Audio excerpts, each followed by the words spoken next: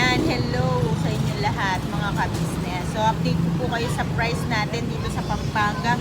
Actually, nung nakaraang araw po, kumuha po ako ng medium size lang. Kasi po, nagkukulangan po kami ng mga supplies dito sa may Pampanga. So, bago ko po kayo update sa price ng medium lang po, make sure na naka-subscribe po kayo sa channel ko.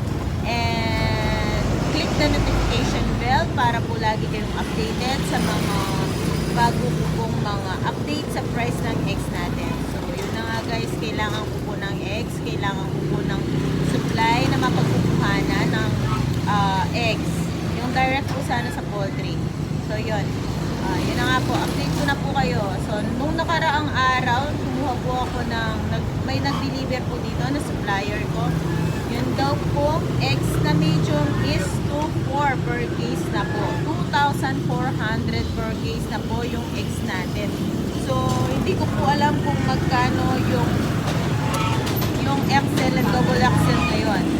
Wala po akong bagong update kasi nga po, walang masyadong stock na eggs. So, nagkukulangan po tayo ng stock dito, lalo-lalo na yung excess small, medium po. So, yun guys. Yun po yung updated price ko sa medium. So, magkano na lang po yung kikitahin natin kung bebenta po natin ang mura and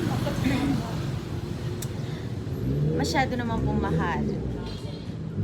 Mahal po yung bentahan natin. So, yung binibenta ko po sa medium is kung 2,400 po siya divided by 12. So, 200 na po yung puhunan sa medium. Yun. 200 na po yung puhunan natin sa medium per tray. So, ibebenta po natin siya ng 210. Meron pa tayong 10 pesos per tray. So, yun guys, yung updated price natin dito sa Pampanga. Thanks for watching!